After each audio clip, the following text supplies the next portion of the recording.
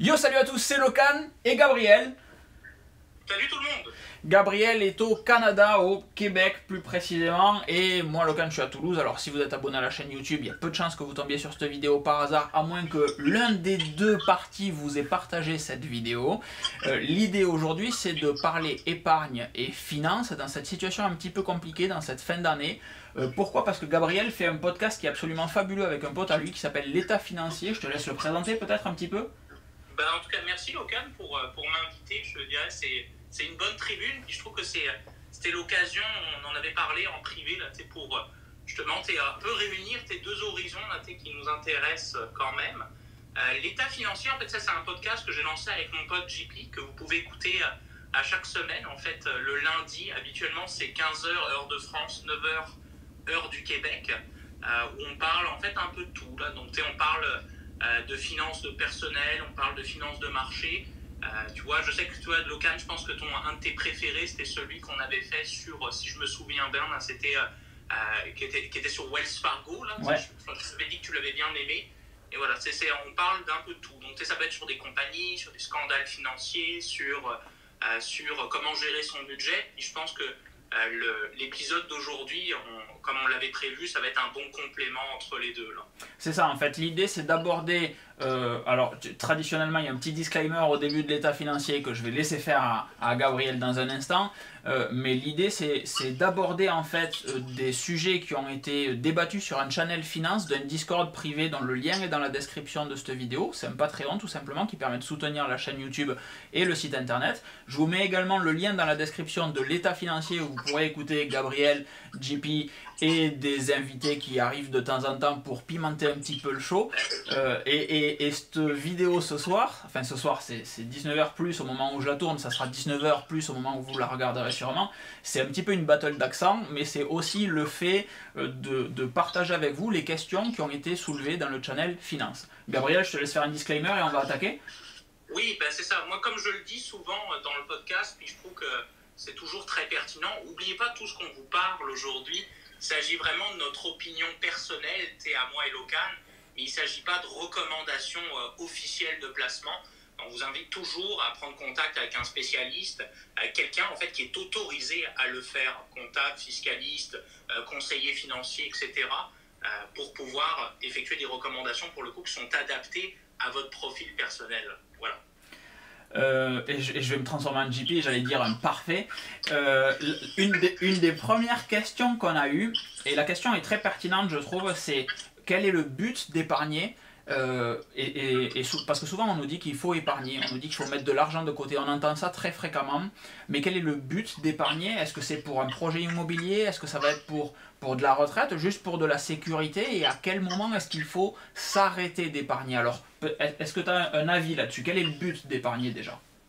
C'est très large, hein. En fait, effectivement, je pense que c'était la question de Cyril, si je me souviens bien. Il ne faut pas oublier, effectivement, épargner, tu peux répondre, ça va dépendre en fait beaucoup de ta situation personnelle, là, tu vois.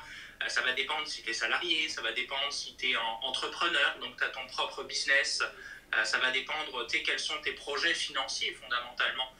Tu l'as bien mentionné, souvent, épargner, ça peut être pour aller se faire un apport. Ça va te permettre d'aller faire, je sais pas, imaginons que tu sois un amateur, par exemple, de bateau. Tu veux t'acheter un bateau, tu te dis, je veux prendre 5 ans à réaliser ce projet-là. Ça peut être utile. Le fonds de secours, tu l'as bien mentionné, c'est sûr que c'est un domaine très important, puis je trouve qui a été malheureusement un peu négligé ces dernières années. Hein. Hyper important de se constituer plusieurs mois d'épargne, en fait de dépenses que tu ferais dans ta vie courante. C'est ça, une sorte d'épargne de précaution si jamais il y a un souci, on perd son travail. Dans la période actuelle, ça a été compliqué pour beaucoup de personnes et on conseille fréquemment, alors je parle toujours sous ton contrôle, moi je suis pas financier, c'est réellement ton travail, moi je suis plus dans l'IT vu les switches qu'il y a derrière, etc. Mais j'ai une forte appétence pour la finance personnelle quand même, et on conseille généralement d'avoir au moins 3 mois, sinon 3 mois de revenus, de dépenses courantes, c'est-à-dire que alors en France on conseille 3 mois de salaire, l'équivalent de 3 mois de salaire. Il y a une autre approche aux États-Unis qui consiste à recommander d'avoir 6 mois de dépenses courantes, de frais fixes. ça se rejoint un petit peu dans l'approche. L'idée, c'est d'avoir quelques mois d'avance où on ne se pose pas de suite la question de « Oh mon Dieu, est-ce qu'il faut que je vende un rein ?» et ça, c'est assez cool d'avoir justement ces quelques mois d'avance. Donc pour quelqu'un qui va gagner 1500 euros, ça serait idéalement avoir au moins 3000, sinon 4500, 5000 euros d'avance pour pouvoir, avant de pouvoir se dire bon, maintenant je vais investir dans de l'épargne, je vais jouer à des endroits qui sont peut-être un petit peu plus risqués. Cette épargne de précaution, elle est vraiment importante, on est d'accord? Oui, effectivement, puis tu as tout à fait raison. Alors c'est sûr que l'approche 3 mois, c'est un classique. Tes 3 mois de revenus nets, bruts, ça va dépendre en fait avec ce que tu es confortable en fait. Si tu es quelqu'un de très conservateur, très frileux, oh mon Dieu, par exemple, tu as ta voiture qui pète sans arrêt, ou tu as une propension en gros à cramer de l'argent assez rapidement, pourquoi pas aller te chercher ton 6 mois net, etc., ou ton 6 mois de dépenses, ça revient à peu près à la même chose. J'aime bien l'approche effectivement du 3 mois de dépenses, sans compter ton épargne, parce que au moins tu te dis, écoute, je suis au chômage du jour au lendemain, sans compter évidemment ton chômage en fait, tu vas pouvoir quand même être autonome. Donc ça te permet quand même d'avoir une bonne marge de manœuvre en fait pour la suite. Là. Et donc du coup, quel est le but d'épargner? Moi j'aurais tendance à dire, personnellement encore une fois, j'ai deux approches. Moi il y a une dimension projet. Alors tu parlais de bateaux tout à l'heure, ça peut être des voitures pour ceux qui aiment des voitures, ça peut être du matériel. Alors moi je suis très high-tech, j'aime bien également tout ce qui va être gadget, etc. Le vélo, c'est des sports qui coûtent cher, ça reste un sport mécanique.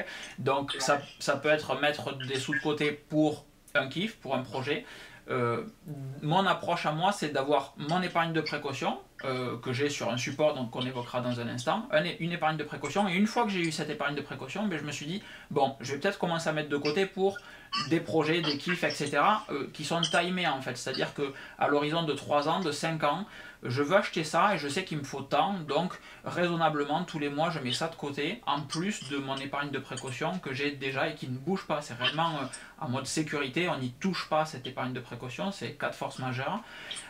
Et après, moi j'ai d'autres envies à plus long terme, c'est racheter un appartement. Ça va être également à très long terme, sur toute ma vie, d'être tranquille, donc c'est le rôle de cette épargne de précaution, c'est ce qu'évoquait Cyril avec la sécurité. Et pour la fin de mes jours, j'ai pas envie de me poser de questions à est-ce que j'ai assez de sous pour vivre ma retraite tranquillement. J'ai envie de pouvoir continuer de me faire des kiffs. Si j'ai envie d'acheter un vélo en carbone et d'être ce petit vieux qui roule à 10 à l'heure sur le bord d'une route mais qui a le dernier Pinarello, pourquoi pas en fait, ça sera le kiff d'une vie. Une approche là-dessus?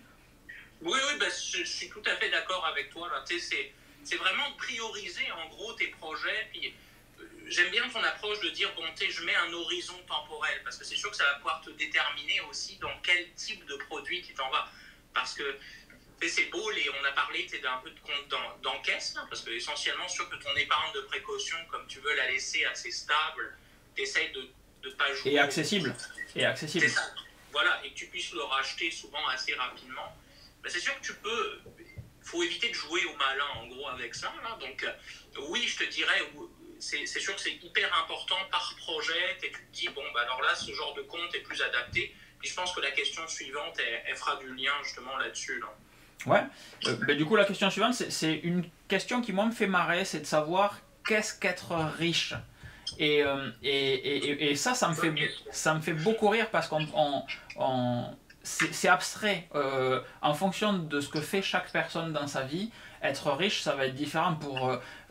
Il y avait une étude qui était sortie sur ça. Pour la majorité des Français, quelqu'un qui est riche, c'est quelqu'un qui gagne plus de 3000 euros par mois, je crois. Et donc c'est totalement subjectif. Est-ce que tu as une définition, toi, pour le qu'est-ce qu'être riche? En fait, je te dirais, qu'est-ce qu'être riche, c'est plutôt... J'aime pas le terme riche parce que ça veut pas dire grand-chose, en fait. T'as des mecs qui sont... et là, je te dirais, là, moi, souvent, j'ai un bon exemple que je donne des fois à mes clients, là, parce que là, je me dévoile un peu. Dans la vie, je suis conseiller financier, là, donc je vois tout type de personnes dans mon bureau. Et tu as des gens qui sont immensément, qui ont un énorme capital, ils ont plein de produits, etc. Mais c'est des types blasés par la vie. Donc, je te dirais, être riche, c'est comment dire, moi je te dirais, c'est d'abord être libre financièrement. C'est de te dire, écoute, c'est ce que j'appellerais un peu l'approche YOLO, tu vois. C'est que tu te dis, bon, écoute... La fameuse. Voilà. Et je me dirais, écoute, du jour au lendemain, je t'ai donné l'exemple du bateau. Bah, tu sais, te dire, écoute, j'ai vraiment envie de me faire plaisir. Ça va me prendre 2-3 mois à prendre mon argent pour mon bateau. Puis, je vais kiffer ma vie, quoi. En fait, c'est vraiment ça que je le vois. Puis, t'as pas besoin d'être fondamentalement, d'avoir plein de placements, etc. pour être considéré comme riche ou d'avoir un salaire extra. Moi, j'ai des bons amis que j'appellerais, que je dirais qu'ils sont successful. C'est un peu le terme que je trouve qui est approprié. T'es successful parce que tu gagnes bien ta vie, ok. Parce que quand même, faut pas se le cacher. Souvent, ça aide quand même bien sûr. de bien gagner sa vie fondamentalement. Mais tu sais, ils mettent leur épargne, ils font des trucs, ils ont leurs petits projets, ils se payent le resto quand ils ont envie. Donc ça, moi, je te dirais, c'est plus le terme successful, moi, qui va me rejoindre plus. Il y avait 2 définitions moi que j'avais trouvé cool dans différents bouquins que j'avais évoqués sur le site, sur locan.jp. Il y a la première définition que je trouve assez facile, c'est de dire qu'on est riche à partir du moment où sur une année ou sur une période de temps, on va gagner plus d'argent qu'on ne va en dépenser. Donc où tu es bénéficiaire sur une échelle de temps. Alors prenons une année par exemple. Et ça c'est... Par définition, tu crées de la richesse, donc ça reste une définition assez simple. Et j'ai entendu dans un autre podcast financier qui n'est pas le tien du coup, et je ne me souviens plus du nom, donc on n'en fera pas la pub, tant pis. C'était une définition du coup d'un économiste qui disait, pour moi on est riche à partir du moment où on arrive à vivre des revenus de son épargne sans toucher à son épargne. Donc c'est clairement plus. Mais c'est plus ambitieux. C'est ça. Mais à partir du moment où tu as suffisamment d'argent pour te permettre de vivre des intérêts en fait que ton épargne génère, c'est peut-être la richesse ultime. Ouais. D'un point de vue purement financier. Oui, exact. C'est vrai que c'est un sujet qui intéresse, puis on le voit de plus en plus avec ce qu'on appelle le minimalisme, là, des mouvements qui sont limite politiques, là, où les gens vivent de leurs revenus passifs. Alors ils travaillent comme des fous pendant 10 ans, etc. Puis ensuite, ils vivent de leurs revenus, je dis bien entre guillemets passifs, parce que c'est jamais passif à 100%. Là. Mais quand ils disent, bon écoute, je vais mettre à fond, je vais acheter 5 immeubles, puis ils vont générer des revenus réguliers, de loyer en fait. C'est un peu l'exemple que je pourrais avoir. Mais comment dire, c'est sûr que cette approche-là, c'est sûr que c'est pas donné à tout le monde. Là. Puis je vois bien qu'il y a des gens comme toi et comme moi, je suppose, on n'a peut-être pas envie de travailler 80 heures par semaine pour juste avoir plein de thunes et de le placer. Il faut savoir faire des choix, puis je pense que... Ça dépend de la sensibilité de chacun, je pense, en fait. Et c'est peut-être ça la vraie réponse au qu'est-ce qu'être riche. C'était aussi ce qu'on disait au début de la réponse à cette question, c'est que ça, je me rends compte que je ne regarde pas assez la caméra, c'est que ça dépend vraiment de la sensibilité de chacun, en fait. C'est vrai que quelqu'un qui est au SMIC, quand je dis c'est vivre des intérêts de son épargne, oui, enfin là ça semble inaccessible, ça semble intouchable, quoi. En fonction du niveau de vie, des revenus, du passif de chaque personne, de la sensibilité, du rapport à l'argent, il y a une dimension subjective aussi sur ça. Moi j'ai toujours considéré que l'argent ça va, ça vient, il y a des périodes compliquées, il y en a d'autres où ça se passe très bien, et en fonction de ça, c'est des va-et-vient, quoi. Il y avait à la recherche du bonheur, alors avec Will Smith, je crois que c'est à la recherche du bonheur, il y a une non, c'est pas ce film là en fait, c'est un autre film, bref, mais c'est toujours avec Will Smith où le gars dit, c'est dans Concussion, où Will Smith dit l'argent c'est juste de l'argent en fait, c'est juste ça, et je pense que personnellement s'il y a un truc à retenir de cette vidéo, je dirais que c'est bien d'avoir une target de faire de l'épargne, mais il ne faut pas s'en rendre malade non plus pour faire de l'épargne. C'est important, mais ça ne doit pas aller... ça doit pas bloquer le reste des expériences, passer des bons moments, etc. Et c'est un des trucs que moi j'ai appris, justement en épargnant et en me disant, en fait, oui, tu as des sous sur ton compte, c'est vert, c'est cool, mais ça fait pas tout, et passer des bons moments aussi, c'est quand même intéressant. Donc je me permets de relativiser un petit peu tous les propos qu'on peut avoir et je partage ton opinion, effectivement, c'est... Le but, encore une fois, c'est pas dire oh mon Dieu, j'ai mis des millions dans mon compte. Non, le but, c'est de se dire, écoute, j'ai vraiment ce terme liberté financière là, que je trouve c'est te dire, c'est vraiment d'être, encore une fois je me répète, mais d'être YOLO, quoi, d'être vraiment, de vivre ta vie, puis de la vivre de façon cool, mais quand même de prévoir justement les imprévus. On l'a dit, ta retraite, tu sais que tu vas avoir moins de revenus, etc. Donc c'est toujours à mettre en perspective de ta vie au complet, là. Est-ce qu'il vaut mieux investir seul ou accompagné avec un conseiller, par exemple? Bon, je me doute évidemment de la réponse que tu vas nous apporter, mais c'est une question qui a été posée, donc je te la pose aussi.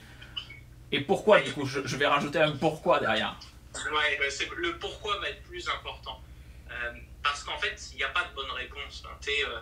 Et puis ça, je pense que tu partageras la même opinion, Logan, hein, mais investir seul, je te dirais, c'est bien. C'est une excellente école de formation. Hein. C'est par contre, tu rentres dans le dur. C'est un peu comme quand tu commences à jouer, comment dire, à League of Legends, mais ranké. Tu vas te faire éclater, quoi. C'est un peu ça. Alors que quand tu y vas, comment dire, et que tu commences avec un conseiller, disons, ok, ça va probablement te coûter plus cher aussi, parce qu'on ne va pas se le cacher, il y a des frais de gestion qui sont associés au fait de faire affaire avec un conseiller. C'est souvent comme une porte d'entrée beaucoup plus accessible. Ça vous permet aussi de vous mettre un peu aux bases de la finance. Qu'on vous explique, c'est bête, mais avec des courbes, de dire, bon, regarde, ça c'est un profil action, ça c'est un profil obligation, ça c'est un profil équilibré, etc. Alors, il y a plein de... Je te dirais, les deux sont des bonnes écoles. C'est sûr qu'à terme, investir soi-même, c'est ce qu'il y a de plus fun, hein, vraiment. Là. Mais moi-même, tu vois, par exemple, moi, j'investis pas seul, tu vois. J'ai des portfolios préfaits. Et ça peut convenir à plein de personnes. Alors, c'est ce que je fais également, en fait, ouais. Exact. Ça va te dépendre, en fait, vraiment, toi, ton envie d'y consacrer du temps, à tes connaissances aussi en matière de placement, parce qu'on va pas se le cacher, si tu es complètement ignare, ça risque d'être plus un échec qu'autre chose. Puis je sais qu'il y a une stat qui était ressortie, je pense que c'était une étude américaine, là malheureusement je ne peux pas te donner les sources, qui disait qu'en moyenne, quelqu'un avec un conseiller faisait en moyenne plus 2% par rapport à quelqu'un qui est non accompagné. Alors ça dépend, encore une fois, c'est sûr que ça dépend si tu compares à monsieur et madame tout le monde et quelqu'un qui quand même a beaucoup d'expérience. Il y a plusieurs questions qui reviennent et je vais faire le choix de les regrouper un petit peu. On nous demande souvent comment débuter en bourse ou à partir de quel moment investir en bourse est intéressant. Alors moi, il y a un truc que je note qui est intéressant justement, c'est le fait que pour la plupart des gens, investir c'est forcément en bourse. Et alors que je te vois réagir, alors que c'est pas forcément le cas du tout. Tu parlais il y a un instant de profil investisseur, etc. Pour donner du contexte, moi j'ai un CEFP, j'ai une assurance vie, j'ai un PEA, un plan épargne en action. Un CEFP c'est donc un compte épargne financière piloté. Du moment qu'il y a un produit en fait d'épargne, je le teste, on peut dire ça comme ça. J'ai également un CTO, un compte titre ordinaire, je crois que ça s'appelle comme ça, sur lequel j'ai acheté des actions Beyond Meats, parce que je m'étais dit, je vais acheter, je me suis fait défoncer en frais, parce que sur une action à 100 balles, je crois que j'ai payé 30 € de frais ou un truc comme ça, mais je voulais y aller, donc je l'ai fait. Mais c'est pas forcément, investir c'est pas forcément en bourse en fait, ou épargner c'est pas forcément en bourse. Et je te lance un petit peu sur la suite. À partir de quel moment investir en bourse c'est intéressant? À partir du moment où tu as 1 €. Oui, exactement. Puis c'est surtout, on en a parlé précédemment, il y a plein de produits. Puis c'est là d'où l'intérêt aussi peut-être de se renseigner aussi, de faire vos propres recherches, puis d'utiliser justement du support comme on le fait aujourd'hui, ou mon podcast par exemple. Il y a l'univers de la finance et malheureusement et heureusement, je te dirais, très large. Tu l'as bien mentionné, tu es avec des portfolios préfaits, souvent, vous pouvez même convenir avec votre banquier, vous pouvez dire, parfait, moi je veux faire un virement de 50 balles par mois vers mon compte de placement. Donc ça se fait tout seul, vous n'avez rien à gérer, puis c'est un portfolio préfet qui va se rééquilibrer, etc. Donc tu n'as vraiment rien à faire. Même monsieur et madame tout le monde, ils peuvent facilement, tant que ça respecte évidemment leur profil d'investisseur pour le coup, ils peuvent mettre ça là-dedans. Donc, et c'est de la bourse. Après, l'univers de la finance, tu vois, peut être très large. Alors, c'est sûr, ça va dépendre aussi de ta capacité aussi à acheter ces produits-là. Mais tu sais, par exemple, il y a des fonds, c'est des fonds spécialisés par exemple en immobilier qui existent. Il y a des fonds qui sont spécialisés aussi en financement, c'est-à-dire que tu es en gros la banque d'autres personnes, d'autres investisseurs privés. Tu as même un nouveau, moi ce que je surnomme le nouveau dada de la finance moderne, qui est ce qu'on appelle l'infrastructure. C'est sûr, c'est pas monsieur et madame tout le monde, encore une fois, qui peuvent acheter ça, mais c'est investir par exemple dans une autoroute, par exemple. Tu deviens comme par exemple Vinci, ou par exemple tu construis des projets en gros, par exemple de métro, de lignes de train, etc. Donc c'est ça qui est fascinant. Puis, et c'est pour ça que la finance, c'est un sujet tellement passionnant, parce que tu parles de chiffres, mais tu parles aussi d'énormément de business, d'industrie, etc.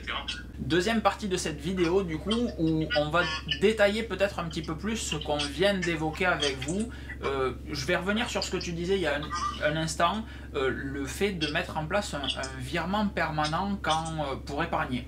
Et c'est peut-être ça la première base. Il y a un livre qui est très cool qui s'appelle L'homme le plus riche de Babylone, que tu connais sûrement. Ça me dit rien. Ou pas, mais voilà. Chou blanc donc. Et L'homme le plus riche de Babylone, j'ai retenu, il y a quelques instructions à retenir de ce livre. Et un des trucs qui moi m'avait marqué, c'était en 2012 de ça, donc reconversion professionnelle pour moi, je gagnais moins qu'un SMIC, et je lis ce bouquin, et la période est compliquée évidemment, je suis étudiant, je travaillais, je gagnais très bien ma vie, et je reviens étudiant pour apprendre un nouveau métier, l'informatique du coup, pour faire une validation des acquis de l'expérience. Et à ce moment-là, je lis ce bouquin. Et un des enseignements que je trouve super cool, c'est quand on gagne peu d'argent, enfin quand on gagne de l'argent, dans tous les cas, on se débrouillera pour consommer l'argent qu'on gagne. Qu'on gagne 1000 euros, ou qu'on gagne 2000 euros, ou 3000 euros, ou 10 000, notre rythme de vie s'adapte à ce qu'on gagne. Partant de là, un des enseignements du bouquin, c'était prenez 5% de ce que vous gagnez, et tous les mois, premier truc, dès que le salaire arrive, ces 5%, paf, vous les jetez sur un compte de côté et vous les épargnez. Ça, vous faites ça tous les mois. Payez-vous en premier. Ça arrive dans d'autres bouquins, on entend souvent ça, payez-vous en premier. Et donc 5%, puis 10%, puis 15%, puis 20%, puis autant que vous voulez après vous, c'est vous qui êtes juge. Et j'ai vraiment adoré cette instruction, cet enseignement du bouquin, qui était mettez 5% en premier. Mettez 5% de côté. Et la récurrence, en fait, l'automatisation, c'est super important et c'est un des éléments les plus efficaces pour mettre de l'argent de côté. En France, généralement, on est payé à la fin du mois, donc aux alentours du 30-31 par là. Et donc, un des bons plans, c'est mettre un virement permanent le 5 du mois, par exemple, de 50 balles au début, de 50 balles qui vont aller sur un livret A, qui est le classique, ou je me perds le nom, le truc pour l'écologie, etc. Ça va me revenir. Développement durable. Ouais, voilà, un LDD, un livret développement durable, merci. Et mettez 50 balles là-dessus, tous les mois, et ça va constituer petit à petit votre épargne de précaution sans que vous vous en rendiez compte, en fait. C'est un bon plan, ça. Bah oui, puis je te dis, effectivement, moi, là, tu vois, je vais te donner mon propre exemple, là, perso, là. C'est par exemple, moi-même, tu vois, fut un temps, en fait, quand je devais justement faire ce fameux fonds d'urgence, là, que malheureusement, j'avais plus, parce que pareil, j'étais étudiant, donc tu dois te le reconstituer. Bah, c'est ça, moi, nous, les payes sont pour 2 semaines au Québec, et puis aux États-Unis, c'est pareil, hein. Donc, moi, ce que je faisais, c'est ça, c'est qu'aux 2 semaines, j'ai mon argent qui part, comment dire, pour mon loyer. Donc j'ai un compte loyer, tu vois. Puis donc du coup, le premier du mois, trop cool, tu vois, j'ai juste à faire un virement de ce compte loyer-là qui est bloqué vers le chèque, en fait, pour pouvoir le donner au proprio. Donc tu vois, t'as pas besoin, c'est vraiment simple. L'idée, c'est que c'est simple, tu n'as même pas à y penser, tu vois. Ma paye est tombée aujourd'hui, tu vois. Puis je sais très bien que toutes mes factures vont déjà être payées de manière automatique. Ouais. J'ai même pas à y penser. Donc évidemment, l'idée est quand même de surveiller son budget, d'où l'intérêt aussi d'écouter les autres épisodes du podcast. Je me fais ma pub pour tout le monde. Tu as bien raison. Dont le lien est toujours dans la description, l'état financier, cliquez dessus, abonnez-vous, vraiment c'est cool. Déjà parce que vous prendrez votre dose d'accent, et ça c'est super. Rien que ça, ça vaut le coup en fait, rien que pour l'accent. Ben, je dois t'avouer, c'est sûr que c'est plus l'accent de JP là, qui est sympa à écouter. Mais c'est vrai que c'est ça, le coup de me faire les virements permanents, là, tu vois, c'est vraiment, je te dirais, pour quelqu'un qui a de la difficulté à me faire de l'épargne, c'est vraiment un outil incroyable, puis qui coûte zéro. Puis votre conseiller financier ou la plateforme de courtage avec qui vous allez faire affaire Il y a tellement de façons de pouvoir programmer ça, etc. Dire, bon, bah parfait, ça va dans tel fonds, tel jour, etc. Puis comme ça, votre budget il est déjà réglé, tout est automatique, tout se fait, t'as vraiment rien à faire. Et après, en allant un petit peu plus loin, du coup, la partie virement automatique de 50 puis de 100, et après, je crois que j'étais monté à 150 € à l'époque. Et ça m'a permis de constituer une assurance vie. Alors au début, j'ai de suite fait une assurance vie, ce qui n'est pas le bon conseil, parce que c'est bloqué dans le temps, c'est compliqué pour récupérer, ça ne fait pas une épargne de précaution en fait, ça fait une épargne à moyen long terme quand même, mais c'est ce que j'avais fait, c'est ma propre expérience. Aujourd'hui je referai différemment. Donc un virement permanent qui va vers un livret A, un LDD encore une fois, et j'ai toujours le même fonctionnement pour, à côté, j'ai mon assurance vie, j'ai un CEFP, un compte épargne financière piloté. Il y a un instant, tu parlais de profil investisseur, et en fait, ça fait partie de solutions de placement sur lesquelles moi je me suis rapidement intéressé pour savoir quelle était la fiscalité, comment ça marchait, si ça me correspondait tout simplement. Mais j'ai pas eu envie d'aller chercher sur dans quelle action je vais investir, dans quel truc première je vais investir, je me perds les mots là un petit peu, mais matière première, merci. Dans quelle matière première je vais investir, dans quel fonds je vais investir, ça m'intéressait pas en fait. Donc il y a plein de banques en ligne qui proposent des profils d'investisseurs en fait. On répond à quelques questions et ça va vous dire en gros si vous avez une grosse appétence au risque, si demain la bourse s'effondre comme ça a été le cas le début de cette année par exemple, est-ce que vous allez tout vendre pour récupérer le plus rapidement possible vos fonds, ou est-ce qu'en fait vous allez attendre que ça remonte? Bon ben moi en fait je m'en fiche, j'attends que ça remonte parce que tant que c'est pas vendu c'est pas perdu. Et ça permet de diversifier après dans un deuxième temps ces fonds, son épargne, de gagner peut-être un petit peu plus. Une fois qu'on a son épargne de précaution, on est tranquille. Ensuite, on peut aller sur une assurance vie qui va être peut-être assez sécurisée. Et à côté, un CEFP, un compte épargne financière piloté, qui est sensiblement la même chose qu'une assurance vie, mais qui peut être un peu plus joueur. On peut se dire, je divise en deux. Au lieu de verser 100 € sur l'un, je vais faire 50-50. L'assurance vie, elle sera toujours très cool. Je prends pas de risque. Et sur mon CEFP, je décide de jouer un petit peu plus pour essayer de gagner aussi un petit peu plus.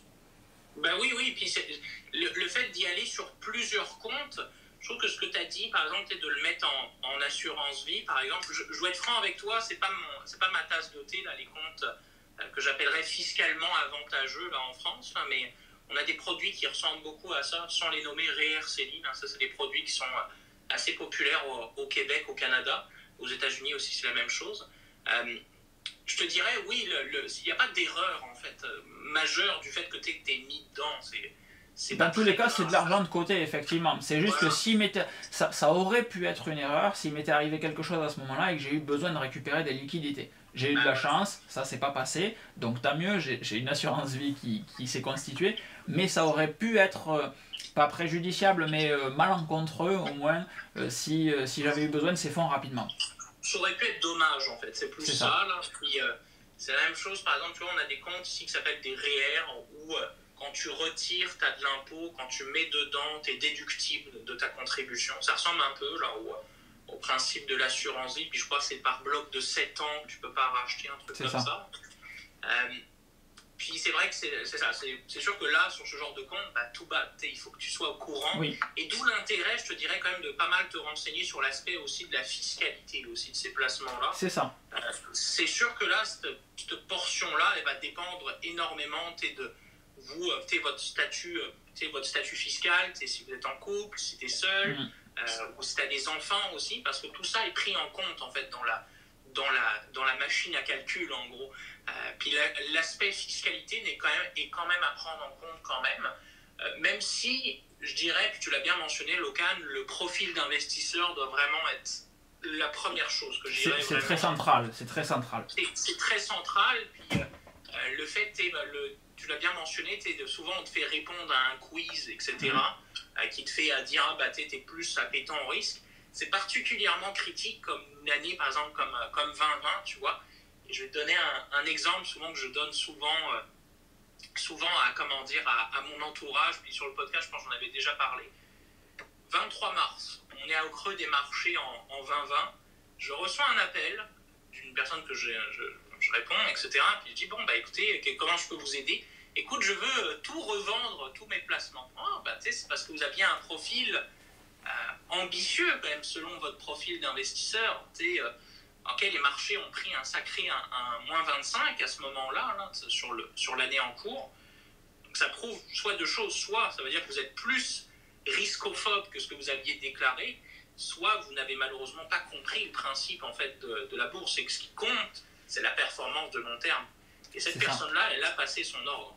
C'est qu'aujourd'hui, elle aurait gagné de l'argent si elle avait gardé ça tel quel.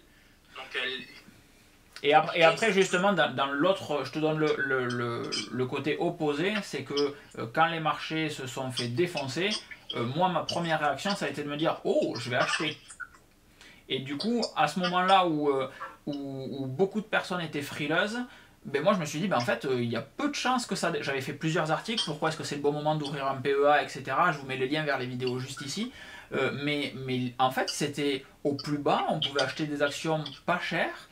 Et ben en fait, c'était le bon moment pour se lancer parce qu'il y avait plus de chances qu'on gagne qu'on perde. En fait, c'était déjà... Quand on regarde des courbes, encore une fois, je ne suis pas financier, mais quand on regarde une courbe qui monte sur les 5-10 dernières années de manière régulière et que elle s'éclate la gueule en mars-avril 2020, et ben, y a quand même plus de chances qu'on revienne à une moyenne de tout ce que c'était avant, que ça continue de descendre, ou en tirant le curseur suffisamment loin. C'est dans merde, je me perds le nom de ce film aussi, décidément, avec les The Big Short. Et en fait, c'est juste une histoire de tirer le curseur. Si tu tires le curseur suffisamment loin, ben, tu seras toujours gagnant en fait. Donc, enfin toujours. Et puis bien, on peut se fier à vos minces souvenirs de maths, etc. Tout simple. C'est la fameuse tangente. Hein. Souvent, quand tu vois des espèces de montagnes russes, ce qui compte, c'est la courbe générale. Bon, est-ce que ça monte sur 30 ans? La réponse est oui. C'est que je ne connais personne qui a perdu de l'argent sur 30 ans de placement. C'est sûr que si tu mettais dans tout et n'importe... Si tu avais tout mis chez notre ami Bernard Madoff, c'est sûr que c'est une autre histoire, là. Notre ami, évidemment, avec des grosses guillemets, on ne le connaît pas, nous ne sommes pas affiliés. Paix à son âme. D'ailleurs, il est trésorier de la prison, où il est maintenant. C'est l'ironie du sort. Non, il n'y a personne qui perd fondamentalement de l'argent sur 30 ans. On ne peut jamais le garantir aux yeux de la loi. C'est pour ça que souvent, on vous fait des mises en garde légales avec des papiers, de la paperasse à lire, à signer, etc. C'est qu'entre guillemets, nous, on ne peut rien garantir. Mais, entre guillemets, la science, puis l'historique, des fois, il faut croire en soi à l'historique, tu as 99,99% d'au moins sur 20 ans, au moins faire 1 cent. Ouais. C'est vraiment ça l'idée. Après, il y a un autre sujet qui est super important. Il y a la partie bourse, il y a la partie épargne financière pilotée, quelle qu'elle soit, avec des profils, etc. Il y a quelque chose que moi j'aime beaucoup avec les fintech, par exemple, comme Revolut, pour ne pas la nommer, qui propose d'acheter des fractions d'actions, en fait. Ouais. Et alors, je parlais en début de cette vidéo de l'existence de mon compte titre ordinaire sur lequel j'ai pris 30% de frais quand j'ai acheté une action Beyond Meat, parce qu'il fallait que j'achète une action Beyond Meat, pas une fraction d'action, mais une action. Et ce que j'aime beaucoup avec la partie Revolut, par exemple, c'est le fait de pouvoir acheter 10 € d'une action Apple, ou d'une action Tesla, ou d'une action Beyond Meat, par exemple. Et ça permet de jouer dans la cour des grands, entre guillemets, avec des vraies actions qui font « Hey, salut, j'ai une partie d'action Apple ». Et ça permet justement d'aller sur des trucs... moi, mon action de cœur, mes 2 actions de cœur, c'est Apple et Tesla. Et donc j'ai pas mal d'Apple et pas mal de Tesla parce que déjà elles ont des profils qui sont sympas. Ils ont des profils quand même qui ont été assez incroyables sur 2020. Je crois que ça a fait x9. Tesla c'est délirant.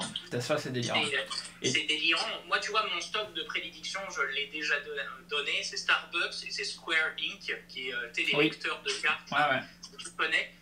L'erreur que j'ai faite, et c'est l'erreur de ma vie que j'estime, c'est d'avoir vendu à 20 $, alors que ça en vaut, à la cote d'aujourd'hui, ça valait plus de 220. Ouais. Belle approche. Dommage. Bon, ce que je dis souvent, c'est quand même j'avais besoin de l'argent quand même plus rapidement. Puis je suis très valeur comme gars. J'ai tendance à aller voir les chiffres et me dire, bon, est-ce que ça vaut réellement 20 $? Parce que vous avouez, moi je l'ai dû la revendre à 30 balles. Quoi. Et c'est là que c'est super important du coup, parce que tu aurais peut-être eu plus d'épargne de précaution, tu n'aurais pas été obligé d'aller chercher sur cette action Square, et en fait ça aurait continué de faire des petits, moyen terme, long terme en fait. Donc c'est pour ça que l'épargne de précaution elle est vraiment super importante. Confidence du coup, fin d'année monstrueuse, il y a plein de produits Apple qui sortent, etc. Si vous suivez la chaîne, vous avez vu des déballages de tout et n'importe quoi. Et en fait, moi, ça m'a servi de fonds de financement à faire du ping-pong, à aller acheter, tester le produit, renvoyer. Et ce genre de fonds peut aussi servir les fois où on a besoin de liquidités comme ça. C'est pas prévu pour, mais ça permet de pas avoir à se dire ah ben merde, il va falloir que je vende un truc qui potentiellement pourrait coûter plus cher en fait. Et c'est pas tant la valeur faciale d'un PEA ou d'une assurance vie ou d'une action en bourse, mais c'est plus ce qu'elle peut donner dans quelques années. Et quand on vend une action qui vaut, je dis n'importe quoi, 100 balles aujourd'hui, ben en fait, on se sépare peut-être d'une action qui en vaudra 500 ou 600 plus tard, quoi. Donc c'est vraiment dommage de ne pas avoir cette épargne de précaution pour ça. Oui, exact. Et puis là, tu vois, bon, l'exemple de Square, c'est un bon exemple, mais l'idée des actions fractionnées, etc., puis toutes les nouvelles plateformes de courtage qui viennent à l'origine, en fait, plus aux États-Unis, là, de Robinhood, si tu as entendu un peu dans les nouvelles, qui malheureusement fait parler beaucoup en mal, pour le coup, aujourd'hui, un peu de ces nouvelles fintech-là. Ce qui est cool avec quand même, c'est que ça permet, entre guillemets, à des investisseurs novices de quand même commencer à apprécier les marchés. Le reproche, c'est sûr que je pourrais faire, en revanche, c'est que c'est ce qu'ils appellent aux États-Unis la gamification de la finance, c'est que de dire, bon, tu sais, c'est un jeu, alors qu'en fait, c'est quand même, entre guillemets, c'est sérieux, vous devez être conscient que c'est votre argent, puis si vous perdez tout, bah, tout bad, là, puis le site va vous dire, c'est toi qui as fait l'ordre, etc., puis c'est un compte où nous, on ne te donne aucun conseil, etc., en vertu de la loi. Donc, je te dirais, oui, le coût des actions fractionnées, c'est une bonne chose. J'aime bien aussi, souvent, ce qu'on parle, je parle souvent, on a parlé des fonds préfets, là, des portfolios préfets. Il y a aussi des fonds spécialisés dans chaque secteur. Donc, si vous dites, écoute, moi, je veux diversifier, je connais, par exemple, je veux investir dans les actions de technologie américaine. Donc, je vais prendre un fonds actions américaines croissance, par exemple. Et comme ça, je vais avoir accès à un bassin de 30 produits, en fait, ou de 30 actions. Un ETF, du coup. C'est ça, comme un fonds spécialisé dans chaque secteur. Moi, je sais, par exemple, j'ai un produit que je vends à certains clients qui s'appelle un fonds infrastructure, qui va être spécialisé justement dans ce secteur-là. Un fonds obligation américaine, etc. Donc, tu peux vraiment t'amuser à te mettre dans chaque secteur. Il y a aussi l'option des fameux fonds indiciels ou des fonds négociés en bourse. Ça s'appelle aussi des ETFs. Je m'excuse pour les abréviations. Là. C'est juste que souvent les acronymes sont souvent en anglais. Là. C'est une façon, je trouve, assez intelligente aussi de pouvoir justement te dire tout à fait. Écoute, je diversifie, puis je suis capable effectivement de pouvoir le mettre, accéder à l'ensemble du marché avec des frais de gestion. Parce qu'évidemment, tous ces produits-là, comme c'est pas vous, c'est quelqu'un d'autre qui gère pour vous, ça coûte de l'argent. Donc, les fameux frais de gestion avec un pourcentage, etc. L'avantage justement d'un fonds indiciel, c'est qu'il va coûter des peanuts. Donc c'est vraiment une bonne façon de diversifier à moindre coût, puis fondamentalement de dire j'investis en bourse. Voilà. C'est ça. Et ce qui est bien sur les ETF, justement, c'est le fait de mettre une somme. Et la somme est répartie, en fait, ça devient des actions fractionnées. Quand vous allez acheter 100 euros d'un S&P 500 par exemple, ou d'un Lyxor S&P 500, si vous voulez un truc compatible PEA, c'est un autre sujet du coup, mais vous allez acheter une petite partie des 500 plus grandes entreprises des États-Unis, ou 500 entreprises avec la plus grosse valorisation. Non, ça n'a rien à voir avec la valorisation, le S&P. Oui, le S&P a rapport avec la valorisation, mais il y a des critères quand même pour rentrer dans le S&P. C'est pour ça justement que Tesla n'y est pas dedans. C'est ça. Et ça va permettre de mettre 100 euros, d'acheter pour 100 euros d'actions du S&P 500, et bien vous allez avoir une petite fraction des 500 plus grosses entreprises. Donc rien qu'en achetant une action d'un S&P, alors bon courage parce qu'elle est chère, c'est à plus de 3000 je crois si je dis pas de bêtises, mais ça fait que avec une action, vous avez un portefeuille diversifié. Et ça peut être intéressant également, parce que si, je dis n'importe quoi, Google, Facebook font n'importe quoi, et bien Apple, Amazon continuent de tirer vers le haut, donc le S&P 500 continue de monter. Donc ça permet de sécuriser un petit peu les investissements, et c'est quand même assez pratique. Un autre truc, qui n'est pas vraiment de l'épargne, mais que je trouve très cool, c'est certains systèmes de paiement, certaines cartes, qui proposent de faire des top-ups, c'est-à-dire que quand tu vas payer 4,90 € avec ta carte, ça va arrondir automatiquement au supérieur et le mettre dans un coffre-fort de côté. Et donc, son 4,90 €, à chaque fois, tu vas gagner 10 centimes. Moi, je suis très bourrin sur ces trucs-là, donc je fais un x10 dessus. Parce qu'il y a un curseur où tu dis x1, x2, x3, x5, x10. Et en fait, c'est-à-dire que quand j'achète un truc à 4,90 €, et au lieu de mettre 10 centimes de côté, et ça va mettre 1 € de côté. Et quand j'achète quelque chose à 4,50 €, vous avez compris le délire, ça va mettre 5 € de côté. Donc ça me coûte plus cher de ce que je mets de côté, mais ça, ce compte-là, par exemple, c'est le compte loisir. Je m'autorise 300 € de loisirs, par exemple, par mois. Et ce compte va descendre très vite parce qu'en même temps qu'il descend vite, il y a des sous qui partent de côté. Et périodiquement, je fais « Hey, super, bonne surprise, j'ai 200, 300, 400, 500 €. » Je fais « Eh bien, super, je vais acheter un micro, par exemple. » Et ça peut être des bons plans. C'est pas de l'épargne, c'est des petites astuces. Mais ça peut être utile, c'est ça, encore une fois, pour des gens qui ont de la difficulté aussi à épargner. Oui. Et ça permet de le mettre, comment dire, de mettre quelque chose de manière tangible, de te dire, bon... je sais que nous, on a une application qui s'appelle Milo ici au Québec, qui est un peu du même principe. Tu mets, puis ça fait comme un espèce, ça arrondit au dollar supérieur. Je dois t'avouer, le problème ici au Québec qu'on a, et puis là, c'est un peu la blague, c'est que souvent, cet arrondi, c'est les fameuses taxes de vente. Donc, étant donné que les taxes de vente ne sont pas incluses dans le prix, souvent les gens sont surpris. « Mon Dieu, ça coûte 15% plus cher. » Oui, c'est parce que tu viens de payer ce que tu dois payer au gouvernement, donc c'est génial. Donc l'arrondi finalement, tout bad. Mais je te dirais effectivement le coup la tête d'y aller avec ce genre de produit un peu fancy, c'est ça, c'est te forcer à tous les jours d'en mettre. Je le réserverais effectivement à des gens qui ont un peu plus de difficultés à faire de l'épargne traditionnelle, ou par exemple, un bon exemple, tu es par exemple quelqu'un, un étudiant, etc., mais il a envie de se faire plaisir, etc. Puis il se dit, bon, autant en profiter. Comme ça, je le vois à travers mon budget que cette épargne-là, elle s'est créée à même mes dépenses, en fait. Ouais. Donc c'est un peu, c'est de l'épargne forcée, mais que je trouve, que je peux trouver intéressante pour certaines personnes. On va finir rapidement, du coup, avec une question qui est de Julien, je crois. Même si on a déjà un petit peu répondu au début, mais c'est une question qui revient souvent. Comment rentabiliser ses liquidités sans prendre trop de risques ? Ça, c'est une très bonne question, là, pour le coup. C'est qu'il existe... c'est sûr que le livret A, je sais que en France, vous avez plus ça, là, les fameux livrets, etc. On a parlé du LDD tout à l'heure. C'est sûr que ça rapporte pas grand-chose. On va pas se le cacher. Ça rapporte moins que l'inflation. Donc, en fait, au final, tu perds de l'argent. Seul avantage, c'est quand même qu'il y a un traitement fiscal qui est entre guillemets avantageux parce que l'intérêt n'est pas imposable.